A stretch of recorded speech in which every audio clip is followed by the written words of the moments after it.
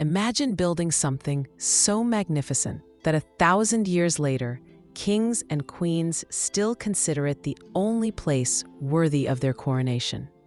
On December 28, 1065, a dying king opened the doors to Westminster Abbey, thereby creating the most essential building in British history. Stay with me, because this story reveals how one man's final act of devotion became the stage for every significant moment in England's story. It's a cold winter morning in London, and King Edward the Confessor He spent the last 15 years obsessed with a single project, a church. Not just any church, but the most spectacular abbey England has ever seen. The problem? It's not quite finished. But Edward refuses to wait. On December 28, 1065, sick and barely able to stand, he insists on attending the consecration ceremony for Westminster Abbey. You have to understand what this moment means. Edward isn't just opening a church, he's creating England's spiritual heart, a place where future kings will be crowned, where the nation's most important people will be buried, where history itself will unfold over the next millennium. But let's back up. Why did Edward care so much about this building? The story starts decades earlier. Edward spent 25 years in exile in Normandy while Danish kings controlled England. During those long years away from home, he made a vow. If God allowed him to reclaim his throne, he would make a pilgrimage to Rome to thank St. Peter personally. Well, Edward gets his throne back in 1042. He's finally King of England. But there's a problem. His kingdom is fragile, still recovering from years of Danish rule. His nobles beg him not to leave. A pilgrimage to Rome means months away, and England might fall apart in his absence.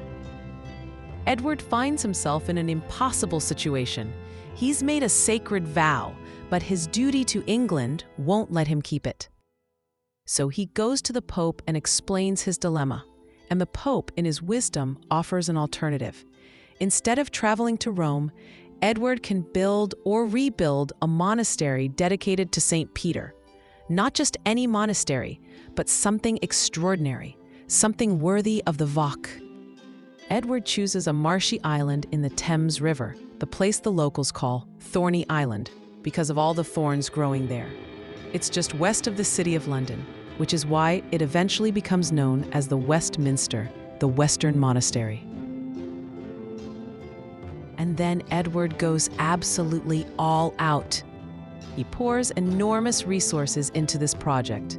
We're talking about the king's personal wealth here. He brings in the finest craftsmen from Normandy. He imports stone from Caen in France. He designs it in the new Romanesque style, with massive stone vaults and soaring arches that England has never seen before. The abbey is over 300 feet long. The nave rises higher than any church in England. It has twin towers, elaborate carvings, and stained glass windows that make the light dance like jewels. For 15 years, this construction site has dominated the London skyline. People come from miles around to watch it being built. It's the medieval equivalent of a mega project, and everyone knows it's going to change everything. Edward creates something else too.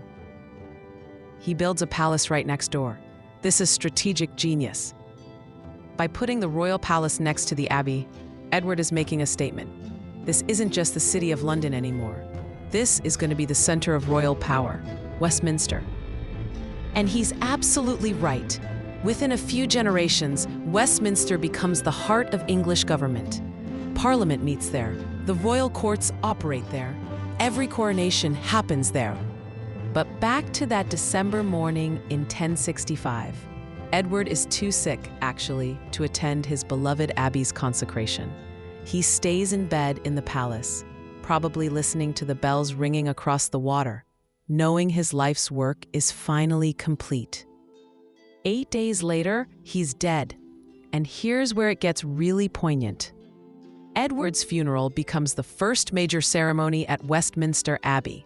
The king who built it becomes its first royal burial.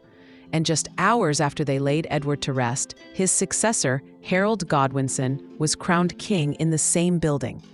The very first coronation at Westminster Abbey happened on the same day as the very first royal funeral.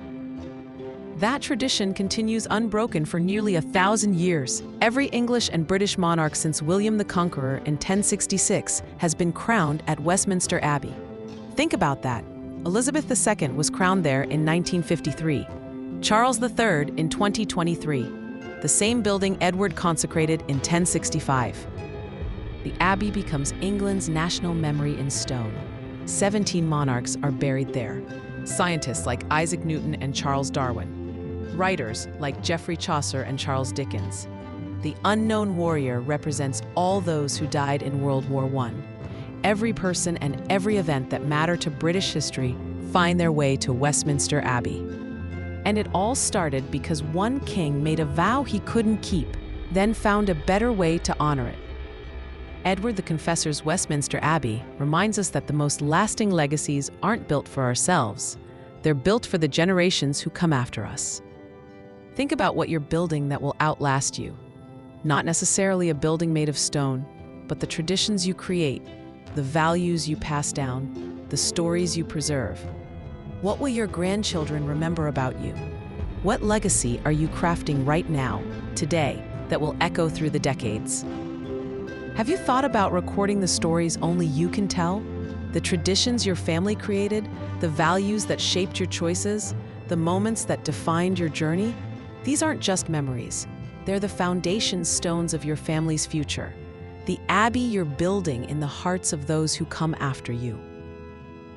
If Westminster Abbey's 1,000-year journey moved you, join the History Sparks community where we illuminate these incredible stories every single day.